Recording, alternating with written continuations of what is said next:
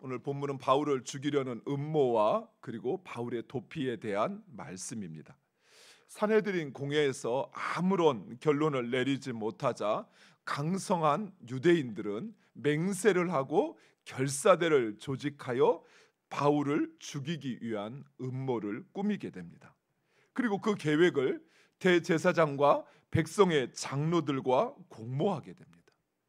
대제사장과 백성의 장로들, 그들은 백성들을 거룩한 하나님의 말씀으로 올바로 이끌어야 하고 또 불의를 막고 해야 할 책임이 있었음에도 오히려 대제사장과 백성의 장로는 그럴 마음도 없었고, 그리고 이 결사대의 불의를 막을 힘도 없는 것처럼 보여집니다.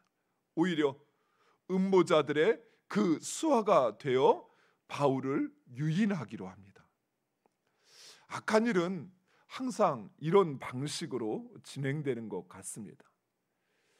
어두운 곳에서 정식적인 절차가 아닌 그저 몇 사람만의 생각과 작당으로, 그리고 불법적으로, 또 그 목적이 오히려 선을 행하는 것이 아니라 타인을 향한 도전과 폭력으로 이루어지는 것입니다. 바울을 암살하는 자들의 그 계획은, 또 그 맹세는 결코 하나님을 위한 것이 아니었습니다. 그들은 오직 자신의 생각과 욕망을 관철시키기 위하여 이 일을 도모하고 그리고 그 일을 추진하고 있는 것입니다. 이처럼 교만함에 사로잡힌 인간은 항상 겉으로는 선한 척하지만 그러나 불의한 방법을 정당화하려고 한다는 사실입니다. 그러나 사랑하는 성도 여러분, 목적이 선하면 그 방법도 선해야 합니다. 꼭 특별한 어떤 계획을 세워서 그것을 도모하는 사람들뿐만 아니라 우리들 역시 마찬가지. 우리 안에서 무엇인가 하려고 할 때 그것이 진정 하나님이 원하시는 것이라면 그것을 행하는 우리의 방식도 절차도 선한 것이 되어야 하는 것입니다. 그런데 내 생각, 내가 하고자 하는 그 욕망하는 것, 그것을 관철시키기 위해서는 방법이든 어쩌든 상관이 없다라고 생각하는 것은 결코 하나님이 원하시는 것이 아니라는 것입니다. 아무리 좋은 목적과 의도를 가졌어도 불의하고 비정상적인 방법을 통해서 행한다면 그것은 결코 선한 결과를 가져올 수 없어요. 좋은 게 좋은 것이 아니고 그저 결과만 좋으면 그 방법이 인정되는 것이 아니라는 것이. 왜냐하면 하나님은 우리의 의도뿐만 아니라 우리의 그 과정도 하나님은 지켜보십니다. 그래서 우리가 선한 의도와 목적을 가졌다면 그 과정도 하나님의 방법대로, 선한 목적대로 방법도 절차도 이루어져야 하는 것입니다. 사랑하는 성도 여러분, 바른 지식과 분별력이 없는 열정은 다만 사단의 먹잇감이 될 뿐이라는 것이. 즉 자신의 열정만을 앞세우게 되면 오히려 사단이 나를 통해서 우리의 공동체를 흔들고 그리고 그것을 어렵게 만드는 상황을 만들 뿐이라는 것입니다.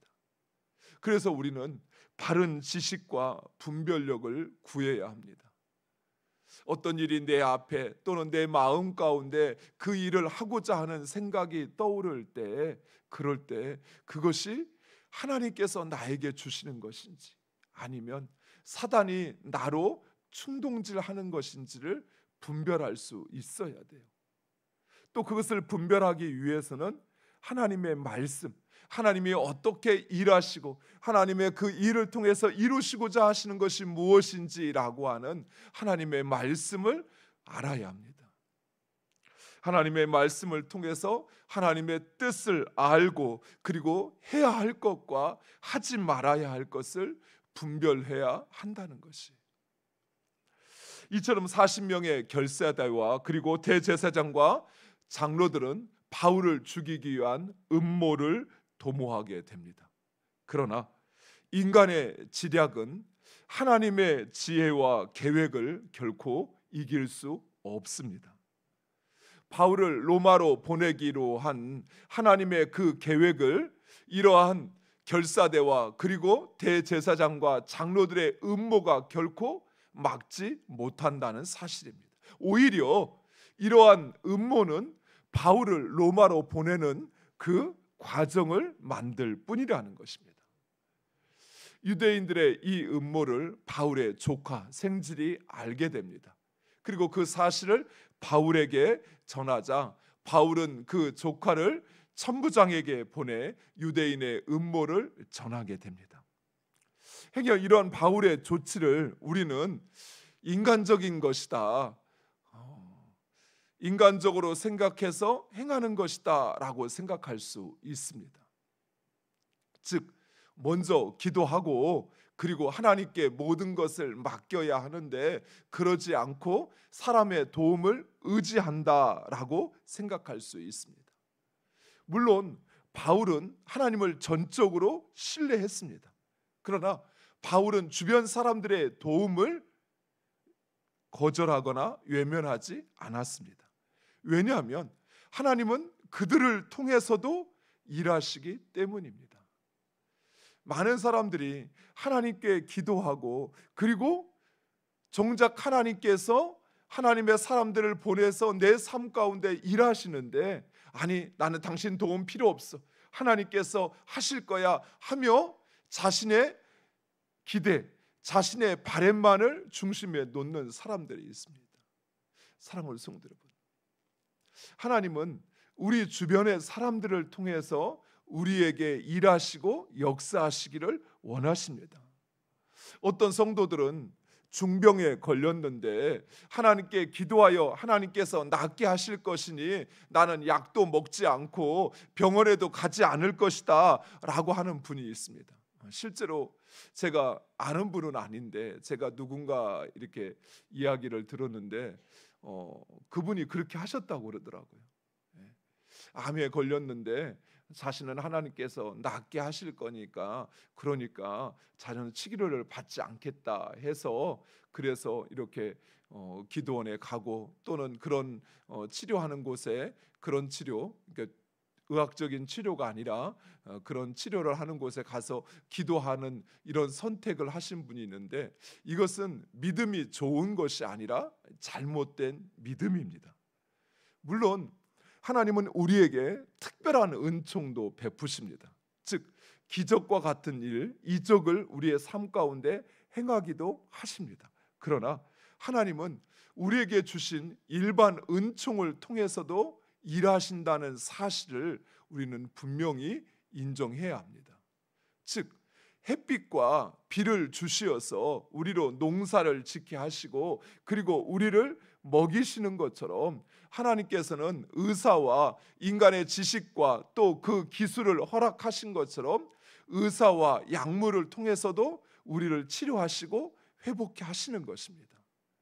따라서 우리는 하나님께서 우리에게 주신 일반 은총을 거절하고 거부하고 나는 특별한 은총을 받을 거야, 나는 기도했으니까 하나님께서 기적 같은 일을 행하실 거야 라고 말씀하시는데 그것은 오히려 하나님의 일하심을 거부하는 것이, 하나님은 우리에게 주신 일반 은총을 통해서도 일하시는 하나님이십니다.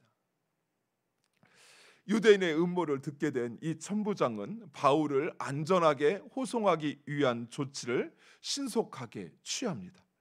이제 바울은 가이사라에 있는 벨리스 총독에게로 보내지고 그리고 그곳에서도 복음을 전하고 그리고 로마로 가기 위한 과정을 진행하게 되는 것입니다. 이처럼 하나님은 권력자를 세우고 그리고 그 권력자를 통해서도 일하신다는 사실입니다. 사랑하는 성도 여러분, 악인들의 도모나 위협으로 인해서 결코 두려워하지 마시기 바랍니다. 내 앞에서 나를 위협하고 또 우리를 도전하는 그런 악한 권세와 힘을 가진 자가 있을 수 있습니다. 그러나 하나님의 지혜와 능력은 인간의 그것보다 훨씬 더 지혜롭고 강합니다. 오직 그 하나님의 지혜와 능력을 신뢰하시기 바랍니다. 무엇보다도 우리 하나님은 말씀하신 것을 반드시 이루시는 하나님이십니다. 하나님의 약속은 반드시 이루어진다는 것입니다. 심지어 하나님은 바로 그 유대인의 음모를 통해서 바울을 로마로 보내기 위한 그 절차를 하나하나 진행하고 있는 것입니다. 사랑하는 성도 여러분, 어떤 관점으로 보느냐에 따라서 우리의 처지와 우리의 상황이 달라 보일 수 있습니다. 즉, 누구의 시선으로 보느냐에 따라서 우리의 상황은 전혀 다르게 해석되어지는 것입니다. 다니엘과 세 친구가 이제 이스라엘이 멸망하여 바벨론의 포로로 끌려갑니다. 세상의 눈으로 보면 이제 나라도 잃어버리고 그리고 자기 집도 고향도 떠나야 하는 가장 불쌍하고 처량한 신세입니다. 그러나 하나님의 시선으로 보면 오히려 하나님은 다니엘과 그 세 친구들을 통해서 이방 나라 가운데 하나님을 선포하고 그리고 그 하나님의 역사하심을 전하기 위하여 파송받고 있는 것입니다. 바울 역시 그러한 것입니다. 인간의 시선으로 보면 그저 유대인들에게 쫓겨서 이리저리로 그렇게 떠밀려 가는 것처럼 보이지만 하나님의 시선으로 보면 지금 바울은 하나님께서 바울을 로마로 보내시기 위한 하나님의 그 계획이 실행되어지고 있는 과정인 것입니다. 사랑하는 성도 여러분, 우리 역시 마찬가지입니다. 우리의 상황을 인간의 시선으로 보면 그저 불쌍하다, 참 처량하다라고 생각할 수 있습니다. 그러나 하나님의 시선으로 보면 우리의 상황은 바로 그 하나님을, 우리가 믿는 하나님을, 그리고 하나님께서 우리를 통해서 이루시고자 하시는 그 하나님의 뜻을 이루어가는 과정이라는 사실을 분명히 확신하시기 바랍니다. 다른 사람을 볼 때도 마찬가지입니다. 그저 내 기대나 내 기준에 미치지 못한다고 해서 불쌍하게 여기거나 또는 참 그 사람 복도 없지, 어떻게 저런 일이 있을 수 있을까라고 생각하는데 여러분, 그거 잘못 생각하시는 거예요. 여러분의 시선으로만 바라보고 이야기한다면 여러분은 전체를 보지 못하는 것입니다. 하나님의 시선으로 보면 오히려 그는 지금 하나님의 일을 이루는 통로가 되어지고 있다는 사실입니다.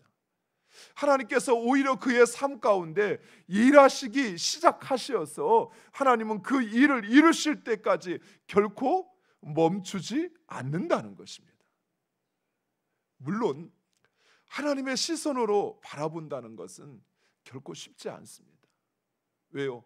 모든 사람들이 세상의 눈으로, 인간의 시선으로 나를 바라보고 그렇게 여기는 가운데, 아니야, 하나님께서는 나를 통해서 이 일들을 이루어가고 있는 거야 라고 혼자 그렇게 고집하고 주장한다는 거 결코 쉽지 않습니다.